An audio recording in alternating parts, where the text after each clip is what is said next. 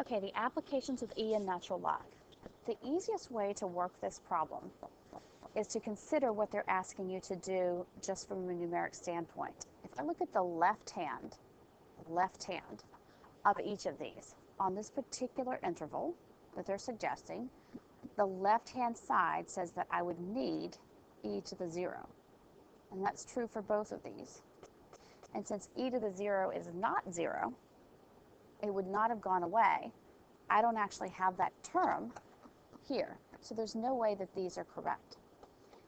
If I were doing the right hand for either of these, I would need e to the 3 or e to the 4.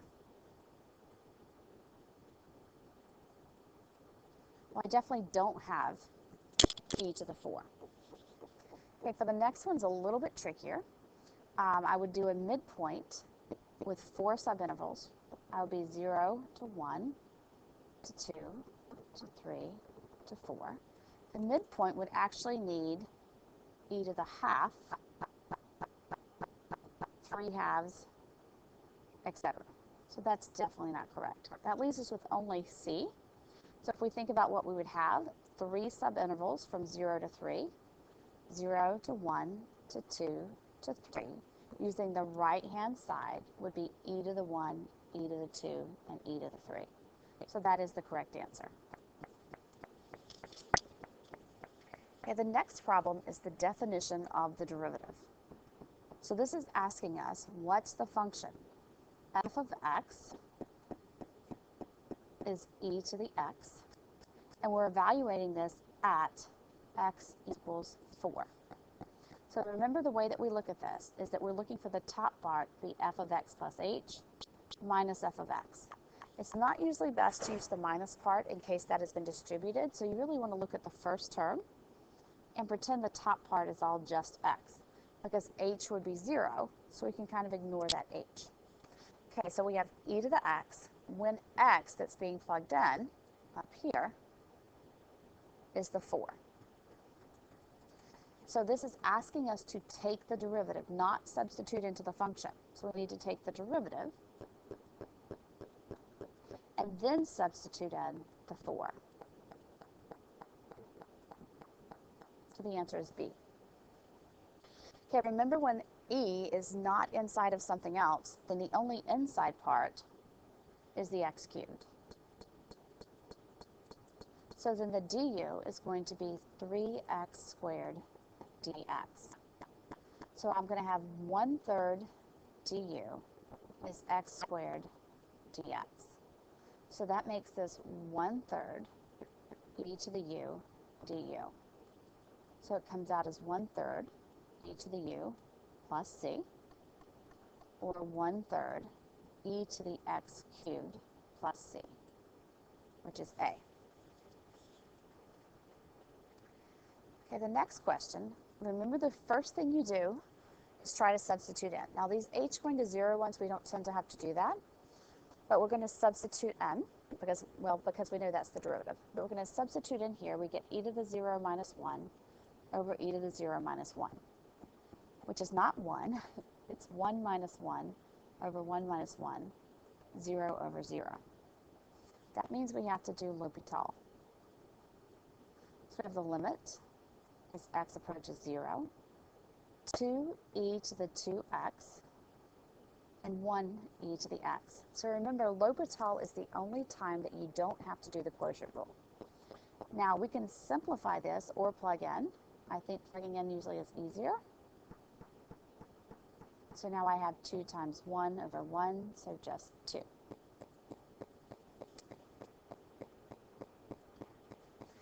Now on this function, they are telling us that we're only doing x greater than 0. That has to do with the fact that natural log can only exist where the input is greater than 0. They're asking us, where is the derivative less than 0 or negative? So I'm going to take the derivative using the product rule.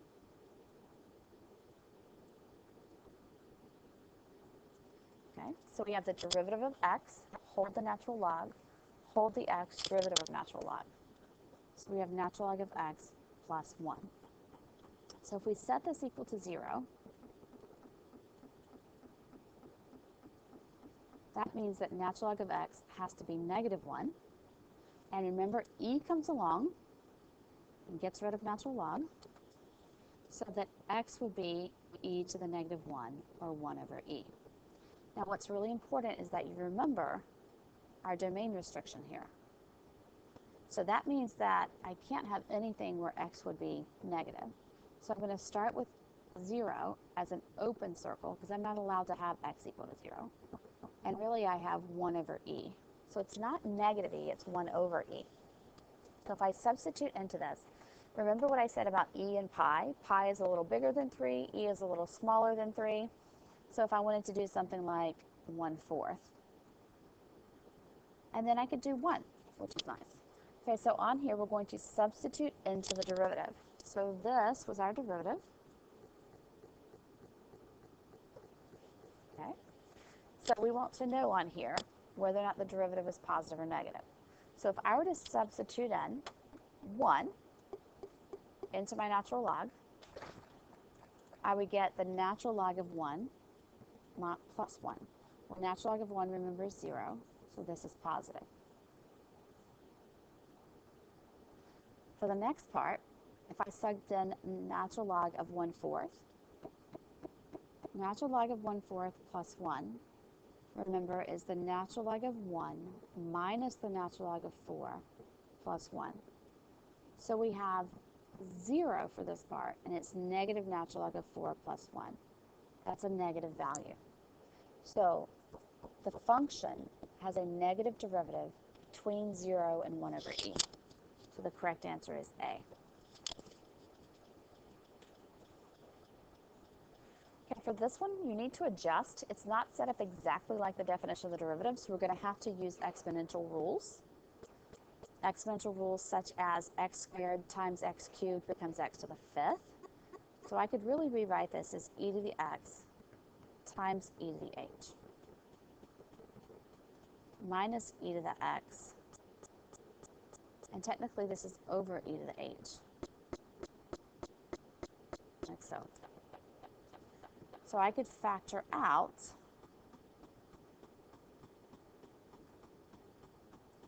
e to the x and have e to the h minus 1 over e to the h.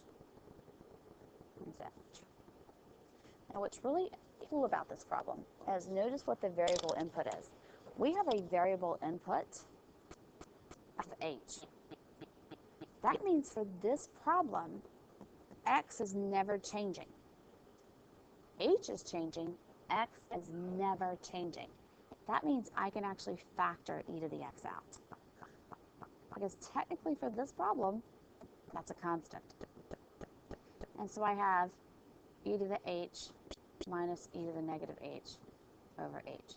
Now this still comes out to be 0 over 0.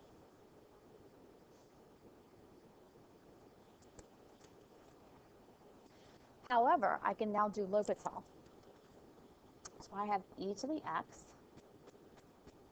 and I can do the limit as h approaches 0 of the derivative of h, the derivative of e to the h, minus the derivative of e to the negative h, which makes this positive, because technically we had a double negative there. And now when I substitute in, I get e to the x, and then I get e to the 0 plus e to the 0 over 1. So that's e to the x times 1 plus 1, or 2 times e to the x.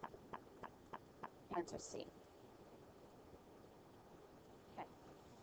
For the next part, when you're doing a Riemann sum of an actual function, use your calculator's program. So I'm going to do the Riemann program.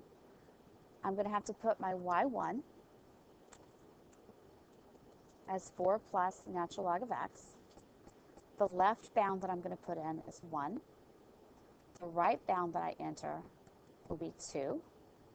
And my n is going to be 4, because we're going to do 4 subintervals. So if I go to my calculator, type in 4 plus natural log of x,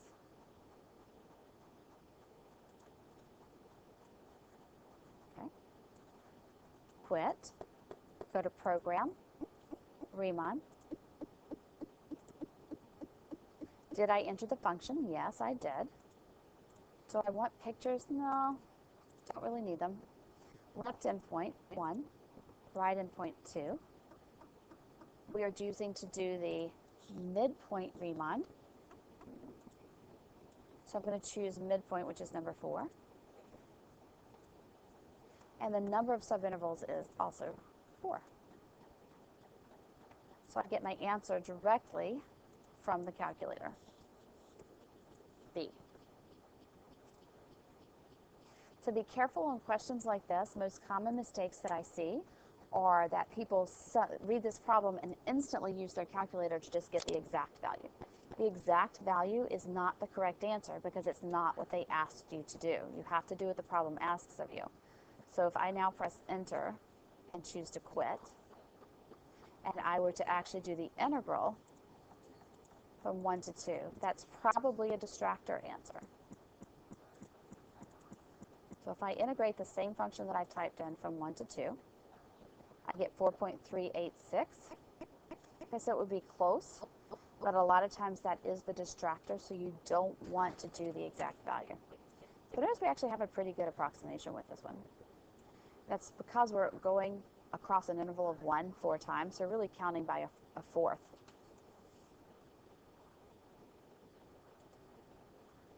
Okay, so for this next problem, it says B and A are non-zero constants. So when I see this, I'm just going to pretend they're like 5 and 3. So if I were to look at this, I have an inside part. My U is going to be B plus AX.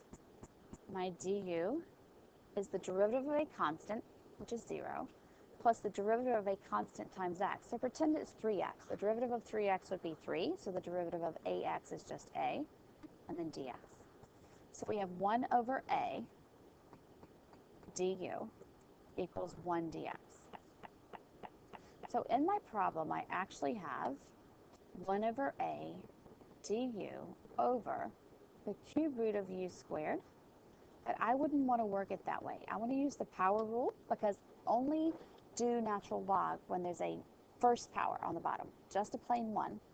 Okay, so I really want to rewrite this as u to the negative 2/3 du. That means when I anti-derive, I have 1 over a outside. U, when I add 1, is the power rule, add 1, and then divide. Dividing by 1/3 is 3 over 1 plus c. So that means the answer is 3 over a cube root of the u, which is b plus ax, and then plus c. Okay, we're going to pause so everyone can come in from class. Okay, for the next problem, they're asking us to add together the first and second derivatives. So the original function. The first derivative is derivative of sine, which is cosine. And the derivative of e to the negative x is negative e to the negative x. So the second derivative, the derivative of the one we just did, is the derivative of cosine, which is negative sine, plus the derivative of e to the negative x times we already had a negative, so now that 2 negatives makes a positive. So they're actually wanting us to add together this term and this term. So what happens is we have sine of x plus e to the negative x minus sine of x plus e to the negative x. So these two terms cancel, and I'm left with 2 of e to the negative x.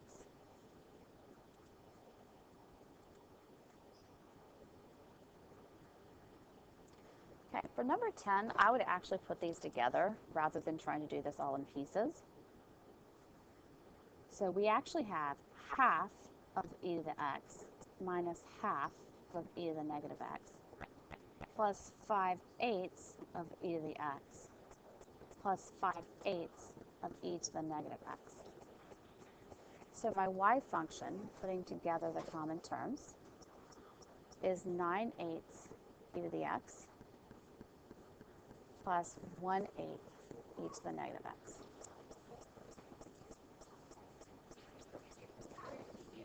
So my derivative is 9/8 e to the x minus 1/8 e to the negative x.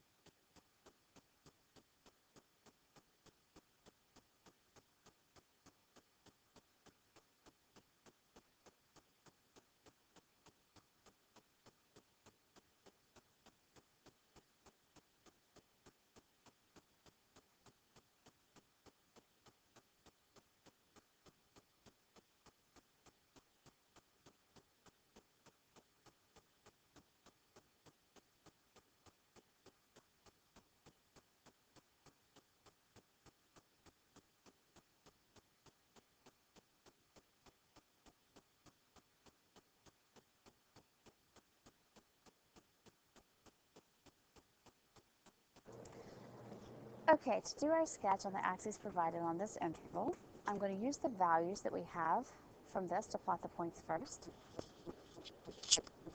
I'm going to take the points that we plotted earlier and put them onto the graph. So at 1 over e, which is around a third, which we put on the graph here, I'm going to plot e minus 1, which is about 2.78 minus 1, so 1.78-ish. And then I'm going to plot at 1, we have 1.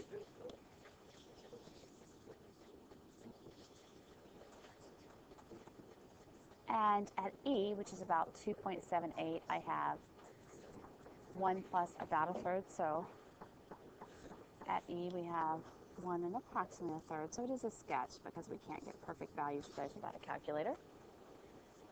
Okay, then we know that we go down and up to have the minimum, and we can do the concavity. So we have to have a smiling graph between 0 and 2, and then a frowning graph after. So we smile down to the minimum, and then all the way over to x is 2. So I can approximate that it's not coming up very much, so somewhere between there. So it smiles all the way over to 2, and then after that, it's going to be a frowning graph. So at 2, we have the frowning graph, and we can just approximate that so that it's between this value and this value. So we should not have another minimum value. The last part of the question says, give the meaning of the average value of f.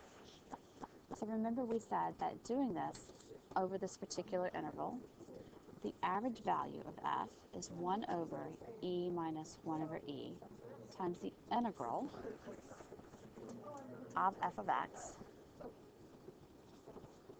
dx. So remember that's really finding area, and then we're dividing by the base, which gives us the average f of x, or the average height. So what that really means is we are finding the average y value, or if we had the average y value times the same base, we would have a rectangle. So basically this is the area of the rectangle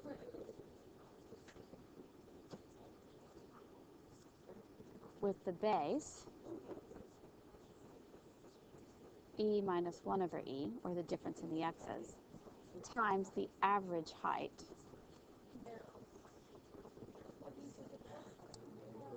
which would be the 2 over e minus 1. So if we had a rectangle where we multiplied this height times this base, it would be the same area as the area underneath this curve.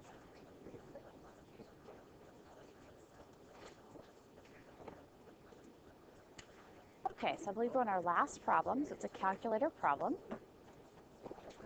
And so I'm going to go into y equals,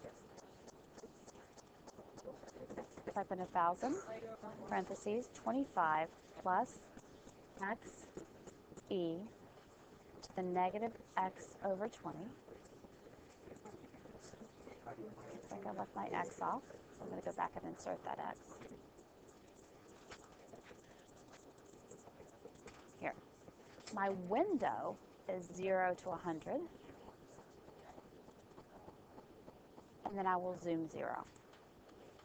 So while that's graphing, I'm going to write down, I have my window, zoom 0.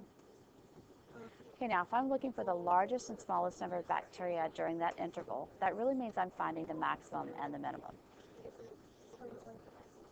Okay, so just want to do the calculator part to compare.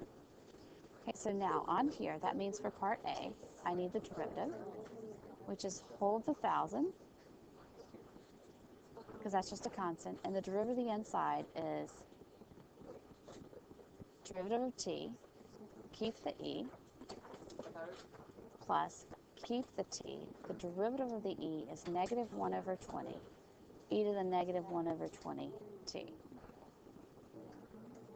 So if I want to set this equal to 0, I'm going to factor out the e to the negative t over 20, because that is always going to be positive. Leaves me with 1 minus 1 over 20 t. So again, this part is always positive, so we can really just deal with the other part and have our critical numbers where 1 over 20t equals 1, or t equals 20. When we're looking for absolute max and absolute minimum, largest and smallest, on an interval, the time and the actual y value. We're not doing the derivative number line test. We're going to put 0 and 100 and then 20n and see which gives us the biggest value. So at 0, we would have 1,025 plus 0 e to the 0. So 25,000 bacteria. At time 20, we're going to have 1,025 plus 20, divided 2e. Try again. 25 plus 20, e to the negative 1. So that's going to be 25,000 plus 20,000 over e. Time 100, I have 1,000